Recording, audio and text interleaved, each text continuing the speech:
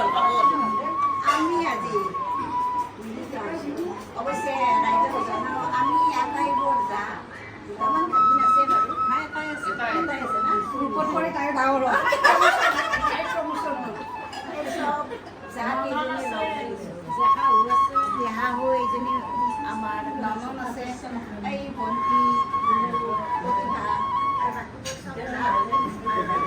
প্ৰতিভা এতিয়া কথা হ'ল যে আমি আজি এটা বিশেষ উদ্দেশ্য বিশেষ ঘৰ এখনত আমি মিলিত হৈছোঁ আমাৰ এই উদ্দেশ্যটো নিশ্চয় আমাৰ বাইদেউ নমস্কাৰ আজি ইয়াতে আমি উপস্থিত হৈছোঁ আমাৰ মৰমৰ জীয়ৰী কৰ্মশ্ৰী ডেকাৰ এই শুভ দিন এই উপলক্ষে তাইৰ মানে আজি আমি শুভকামনা কৰি ইয়াতে খোৱা লোৱাৰ অলপ আয়োজন হৈছে তাই আমি সকলোৱে মিলিত হৈছোঁ এই মানে আজি ইয়াতে উপস্থিত হৈ আমি সকলোৱে মিলি তাইক আশীৰ্বাদ দিম খোৱা লোৱা কৰিম এইখিনিয়ে আপোনালোকৰ মিজোৰামত যাব নেকি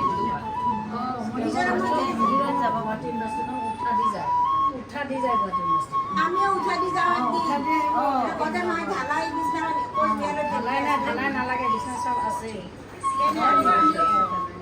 যোগাৰ আছে একদিন ল'ব পাৰি আমি কেনেকৈ যাম বাইদেউতো যাতে গেছৰুমে আছে চাৰিটাই আছে আচ্ছা বাইদেউ আমি যাম কেনেকৈ যাম এই হেৰি এয়াৰপৰ্টৰ পৰা তাতে ফ্লাইটত 40 মিনিট লাগে যোৱাৰ পিছত ক'লে হ'ল বাকীখিনি মোৰ গাড়ী চাড়ী বাকী থকা খোৱা লোৱা চব খালি আৰু যদি কোনোবাই কয় এই ফ্লাইটখন এনেকৈ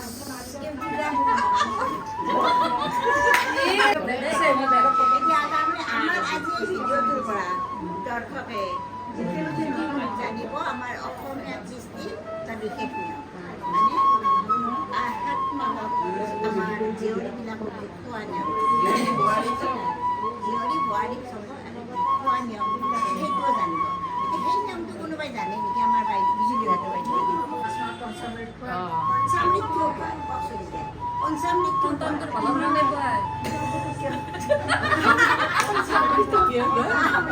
পঞ্চামৃত খালেহে সন্তানটো ভালে থাকে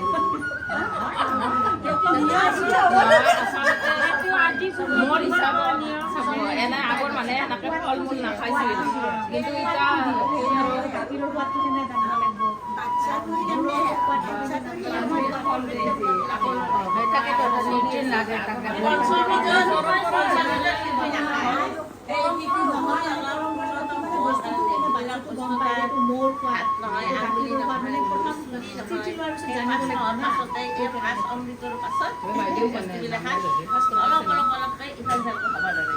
যেনেকে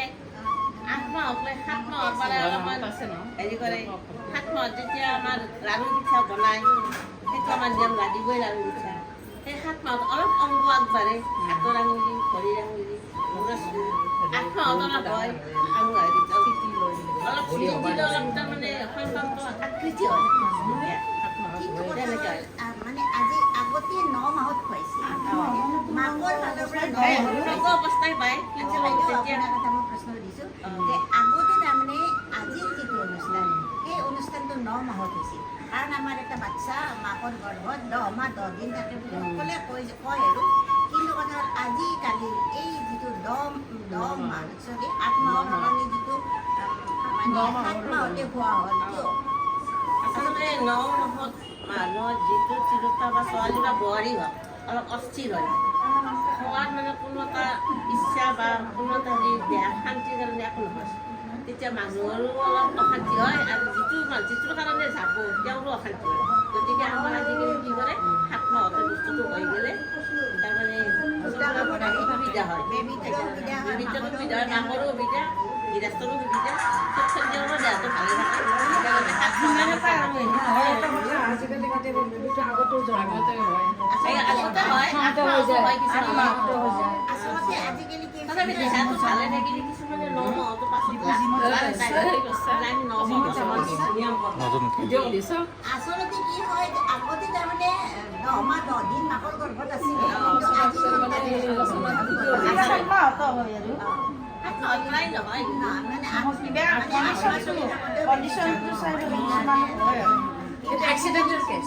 আজিকালি মানে বোৱাৰী বা ছোৱালীয়ে হওক চবেই চাকৰি কৰে